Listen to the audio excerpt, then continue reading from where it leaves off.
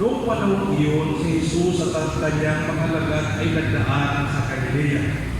Ayaw ni Jesus na malaman ito ng mga tao, sapagkat tinuturuan niya ang kanyang mga alagad. Sinabi niya, ang anak ng tao ay ipagkakalulong at papatayin, ngunit muling mabubuhay sa ikatlong araw. Hindi nila naunawakan ang sinabi niya, ngunit natatakot naman silang magtanong sa kanya. At dumating sila sa Capernaum. Nang sila'y nasa bahay na, tinanong ni Jesus ang kanyang mga alagad, ano bang pinagtatalunan ninyo sa daan? Hindi sila pumibok, sapagkat ang pinagtatalunan nila ay kung sino sa kanila ang pinakadakila. Naupo si Jesus at tinawag ang 12 at sinabi, ang sino mang nagnanais maging una ay dapat maging huli sa lahat at maging lingkod ng lahat. Tinawag niya isang maliit na bata at pinatayo sa harapan nila. Pagkatapos, kinalog niya ito at sinabi, ang sino mang tumanggap sa isang maliit na batang ito, tulad alang-alang sa akin ay tumatanggap sa akin. Ang sino mang tumanggap sa akin, hindi ako kanyang tinatanggap, kundi ang nagsugo sa akin. Mga kapatid, ang mabuting balita ng Panginoon. Pinupuri ka namin, Panginoong Jesucristo. Magandang hapon po sa inyo lahat. Sinasabi natin kanina sa pambugat ng salita na nais baguhin ni Jesus ang pagtingin sa babae at saka sa mga bata.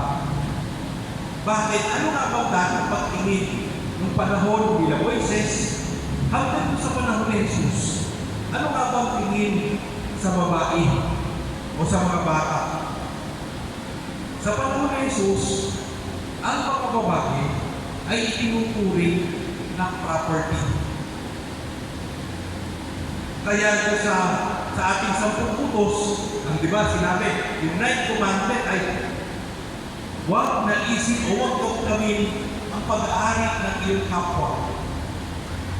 Ano yung 10? Do not covet your neighbor's wife.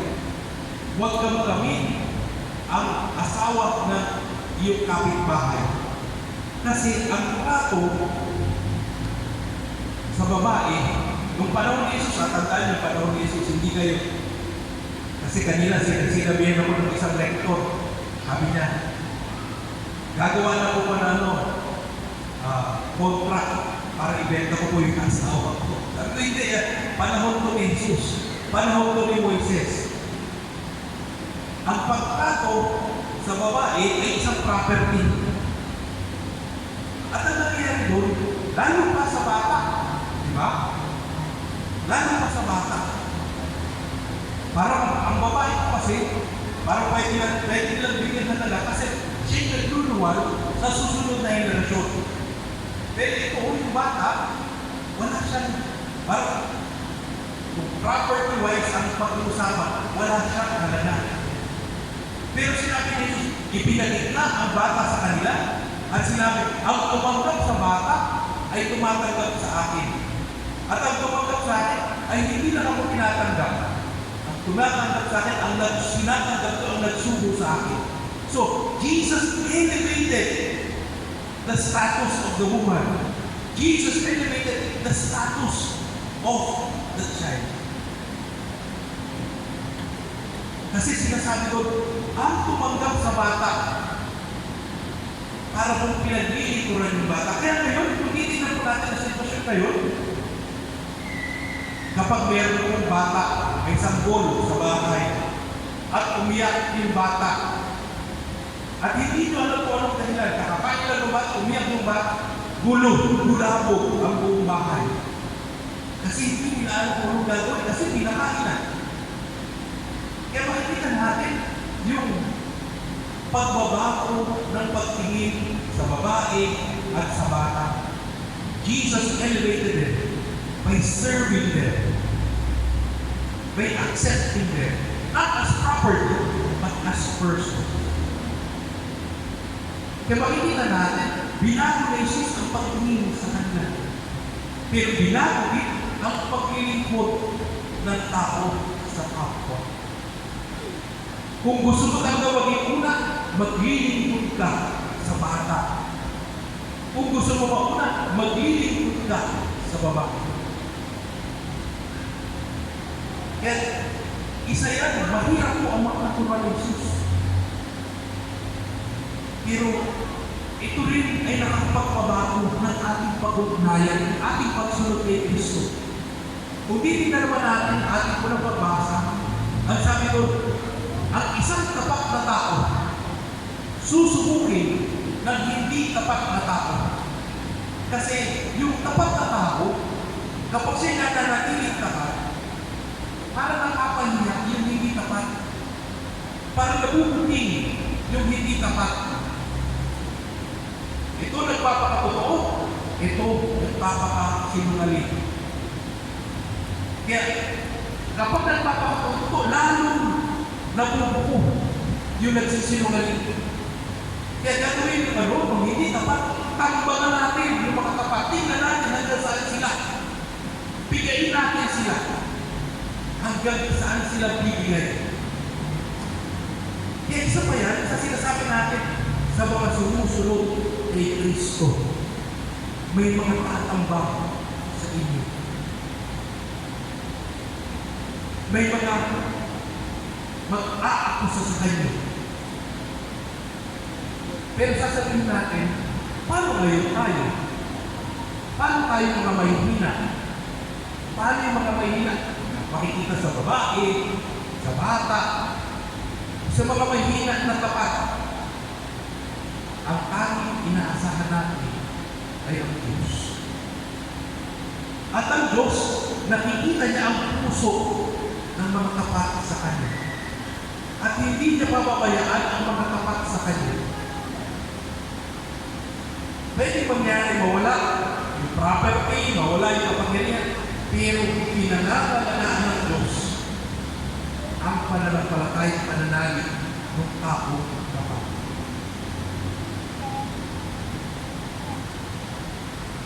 At ang nananatiling tapat sa Kanya hanggang sa huli, ginagampalaan niya. Kaya makikita natin, kung tayo ay mahina, kung tayo ay makasalanan, tanggapin po natin yan. Ang makikita sa atin ng mga tao ay ang lakas ng Diyos, ang kapangyarihan ng Diyos, ang biyaya ng Diyos. Kaya nga ba ang Diyos, kung titignan natin, pinipili yung mga mahihina para mapahiya yung malalakas. Kasi doon sa mahihina, tunay natin matatalos, tunay natin masasaksihan ang kapangyarihan ng Diyos. Tinatakutan ng Diyos ang kanyang katapakan sa atin. Kaya huwag tayong pangamba, huwag tayong matakot. Dahil meron tayong Diyos na tapat sa atin. Sa ating kahinaan, sa ating pagkamakasalanan, nandiyan ang Diyos. Patuloy tayong iniaangat. Patuloy tayong inibiyayaan para makita ang kadakilaan ng Diyos sa ating buhay. Umasa tayo sa Diyos. Hindi niya tayo papabayaan.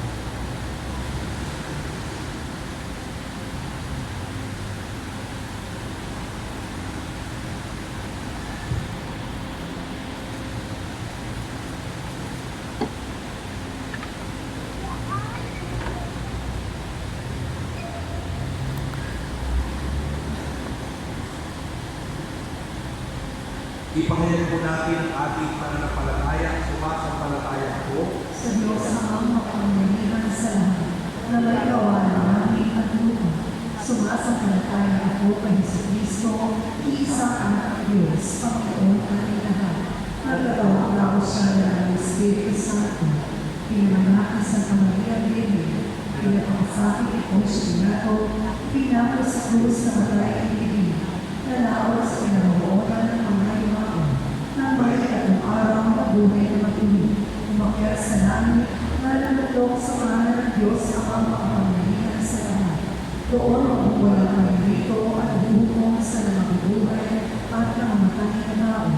Sumasampalataya naman ako sa Diyos Espiritu Santo, sa banal na simbahan Katolika, sa kasamahan ng mga banal, sa kapatawaran ng mga kasalanan, sa pagkabuhay na muli ng nangamatay na tao, at sa buhay na walang hanggan. Amen. Malalangin tayo sa pagdakila, pag-ating pagpapako, at pagbakoo na siya ipinakita sa atin ng kanyang anak. Nung lubusan niya ang tinanggap ang Diyos ng ating kaligtasan. Ating dadalangin, Panginoon, hindi po ang iyong bayan. Panginoon, hindi mo ang iyong bayan. Gabayan nawa ng Santo Papa, mga obispo, mga pari at mga relihiyoso at relihiyosa, ang simbahan tungo sa kaganapan ng kaharian ng Diyos dito sa mundo, sa pamamagitan ng tapat at banal na pamumuhay. Manalangin tayo. Panginoon, hindi mo ang iyong bayan. Maging kasangkapan nawa ng paghihilom ang mga pinuno ng aming bansa. Sikapin nawa nilang masugpo ang mga huwad na balitang nagdudulot ng pagkakawat-akwata sa aming bansa. Manalangin tayo. Panginoon, hindi mo ang iyong bayan. Pagalingin mo nawa, Ama, ang mga kapatid namin may karamdaman, pisikal man o emosyonal. Makahanap nawa sila ng pag-asa sa aming panalangin at pagkalinga sa kanila. Manalangin tayo. Panginoon, hindi mo ang iyong bayan. Mapatawad nawa ng Diyos ang mga kasalanan ng mga kapatid namin pumanaw, upang masilayan nila ang paraisong ipinangako ni Jesus, kung saan mararanasan ang walang hanggang kapayapaan. Manalangin tayo. Panginoon, hindi mo ang iyong bayan. Panginoon, ipagkaloob mo ang kahilingan ng iyong bayan. Gustusin mo kami ng pag-ibig upang makapamuhay kami sa paraang kalulugod sa iyo. Piliin namin ito kay Kristo, aming Panginoon. Amen. Para po sa mga may hawak ng love offering envelopes, maaari na po tayong tumayo at humiya sa gitna para sa pag-aaral. Maraming salamat po.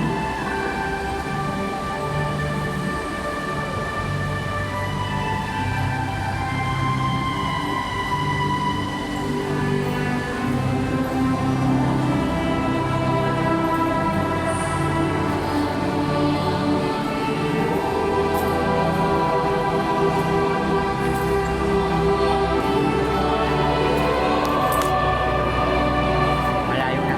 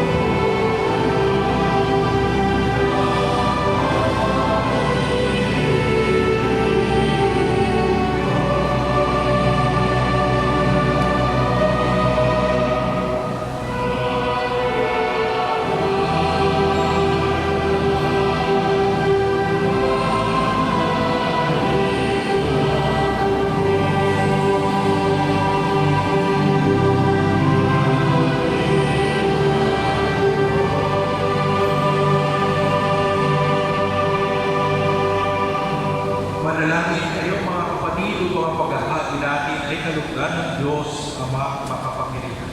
Tanggapin nawa ng Panginoon ito paghahari sa iyong mga kamay, sa kapurihan niya at karangalan sa ating kapakinabangan at sa buong sambayanan niyang banal. Ama namin maawin mong kalugdan ang mahalay ng iyong sambayanan upang ang ipinahayag namin ng may pananampalatayang matibay ay aming tanggapin sa banal na pagkinapa sa pamamagitan ni Kristo kasama ng Espiritu Santo magpasawalang hanggan. Amen. Sumainyo ang Panginoon. At sumainyo. Itaas sa Diyos ang inyong puso't diwa. Itinaasa namin sa Panginoon. Pasalamatan natin ang Panginoong ating Diyos. Marapat na siya ay pasalamatan. Ang maraming makapangyarihan tunay ng marapat na ikaw ay aming pasalamatan sa pamamagitan ni Kristo na aming Panginoon. Lubhang nabagbagan kanyang loob sa pagkakamali ng tao sa San Sinuko. Tiya't kinabuti niyang siya'y ipanganak ng birheng bukod mong pinagpala sa babaeng lahat. Sa labi ng imbing kamatayan, kami ay tinakaw ng namatay ng anak. Sa pagkabuhay niya, kami kanyang binuhay upang magkaugnayan namin sa iyo ay huwag magbukas. Kaya kaisa ng mga anghel na nagsisihawit ang papuri sa iyo na walang humpay sa kalangitan, kami nagbubundi sa iyo na dakilaan.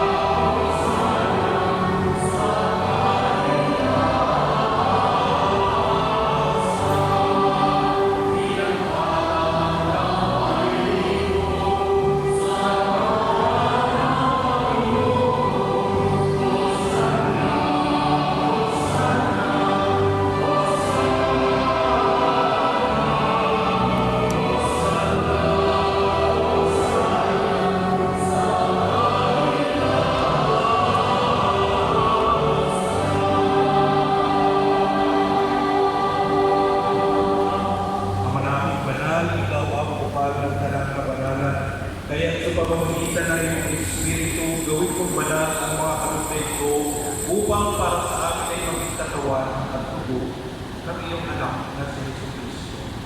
Bago niya pinag-iisap kung sa buong na maging hando, ginawa ka niya tinaman na sinamatan ka niya. Pinaghati-hati ko niyo. Iniikot sa kanyang pakalagaan at sinabi, tanggapin niyo lahat ito at kanin. Ito ang aking katawan ay hahandog para sa iyo.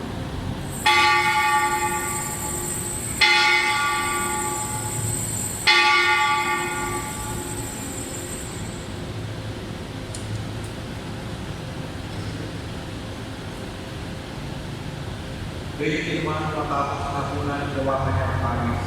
Muli kanya ang pinasalamatan. Inilog niyang tali sa kanyang mga lagar at sinabi, tanggapin niyo lahat ito at inumin.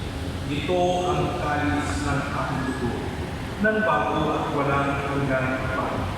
Ang aking dugo ay ipupuhos para sa inyo at para sa lahat sa ikapagpapatawad ng mga kasalanan.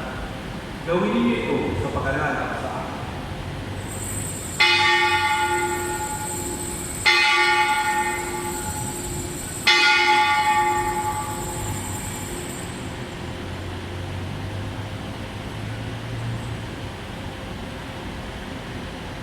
Ipagpunin natin ang misteryo ng pananampalataya.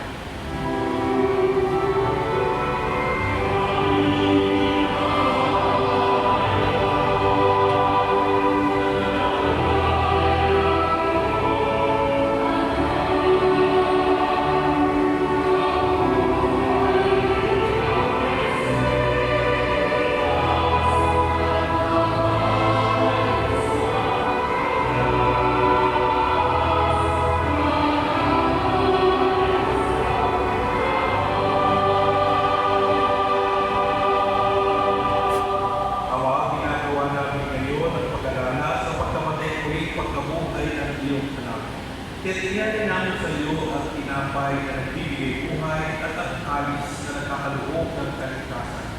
Kami nagpapasalamat dahil kami iyong pinapagpapatayo sa harap mo para maglingkod sa iyo. Isinasamo namin kami magsasalo-salo sa katawan at dugo ni Kristo ay matutulog sa pagkakaisa sa pamamagitan ng Espiritu Santo. Ama, ilapin mo yung simbahang laganap sa mundo. Puspusin mo kami sa pag-ibig na isa ni Francisco na aming Santo Papa. At ako, ang inyong Ama, at makasalanang lingkod at nakatanak na parikado.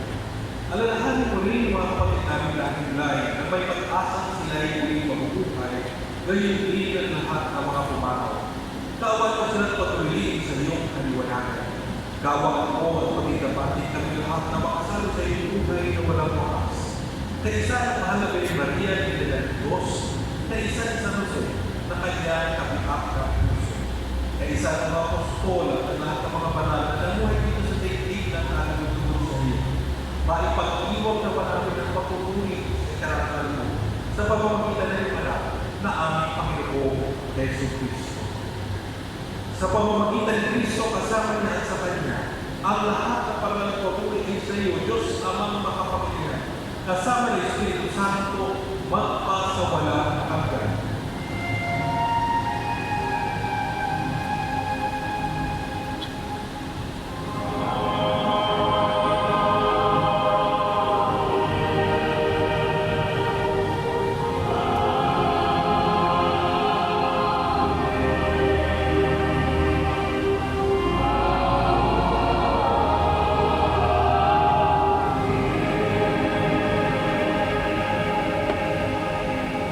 Sa katuloy na nakakalik ang puto sa Turo ni Jesus sa Panginoon natin ng Diyos, ipahayag natin ng pag-asal.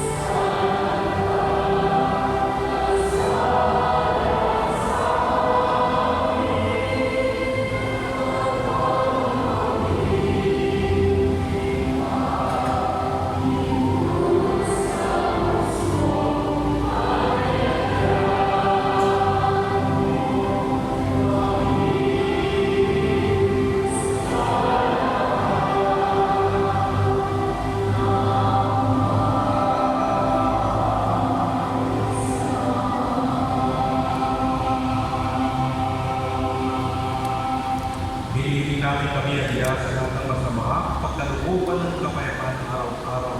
Iligtas sa kasalanan at ilayo sa lahat ng kapahamakan. Samantalang aming pinananabikan ng dakilang araw ng pagpapahayag ng tagapagligtas sa amin si Yesu Cristo. Sapagkat iyo ang kaharian at ang kapangyarihan at ang kapulihan magpakailanman. Amen. Panginoong Yesu Cristo, sinabi mo sa iyong mga apostol, kapayapaan ang iniiwan ko sa inyo, ang aking kapayapaan ang ibinibigay ko sa inyo. Tungayan mong aming pananampalataya ko ng aming pagkakasala. Pagkalooban mo kami ng kapayapaan at pagkakaisa ayon sa iyong kalooban, kasama ng Espiritu Santo, magpasawalang hanggan. Amen. Ang kapayapaan ng Panginoon ay laging sumainyo. At sumayin. Magbigayan tayo ng kapayapaan sa isa't isa.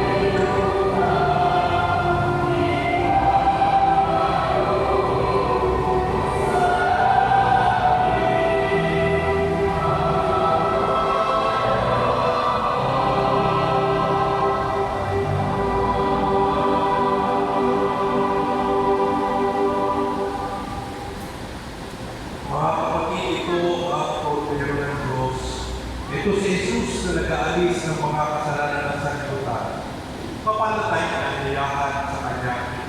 Panginoon, hindi ako karapat-dapat na magpatuloy sa iyo. Ngunit sa isang salita mo lamang, ilalagay na ako.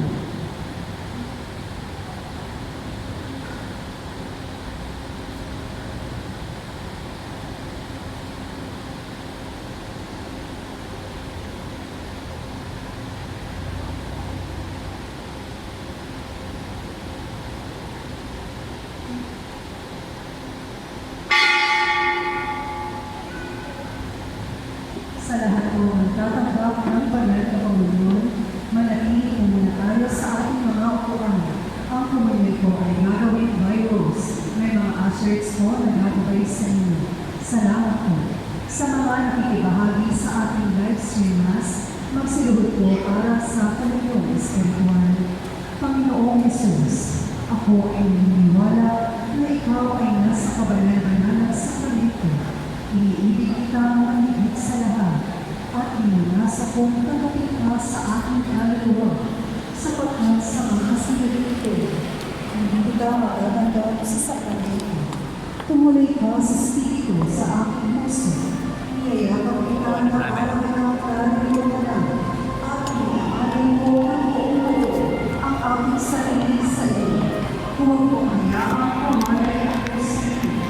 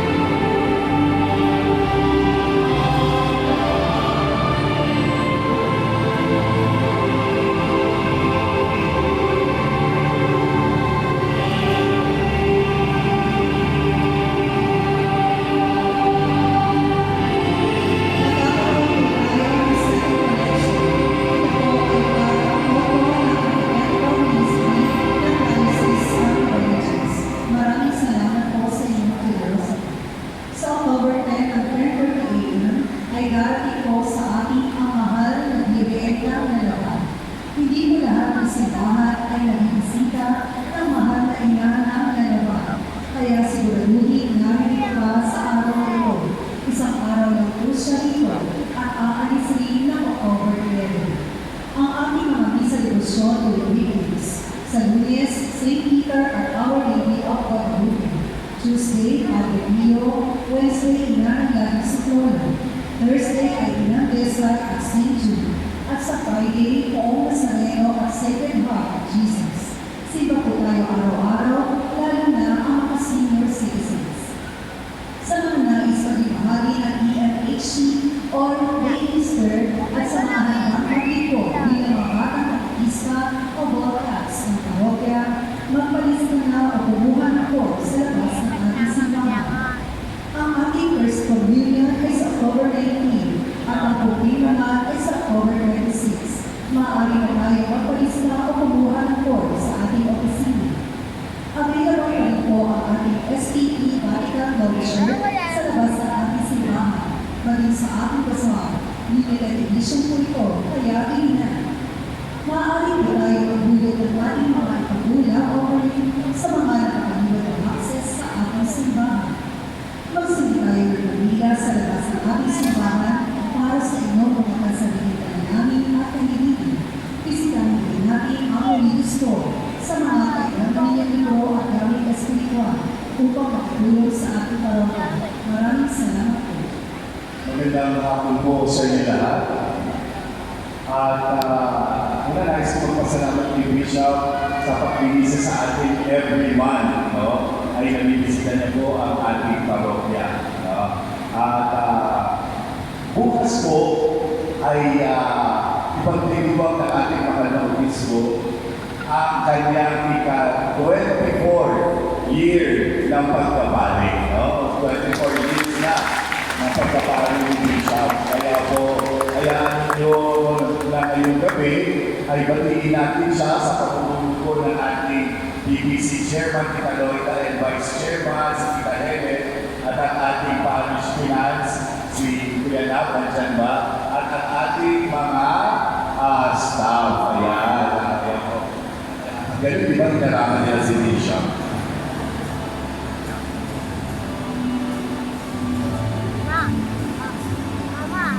Surprise sa kay Bishop.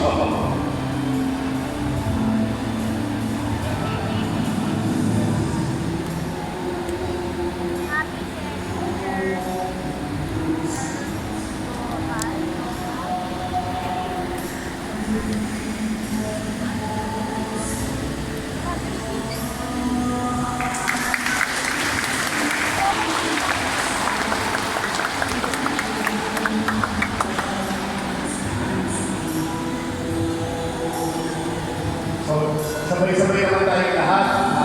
Sabi ko lahat tayo, happy anniversary, Bishop, okay?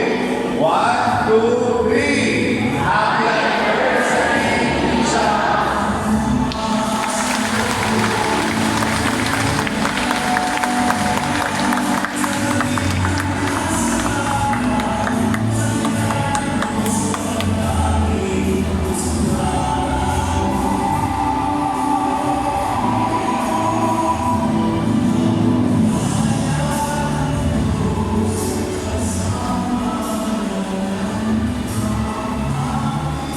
Manalangin tayo.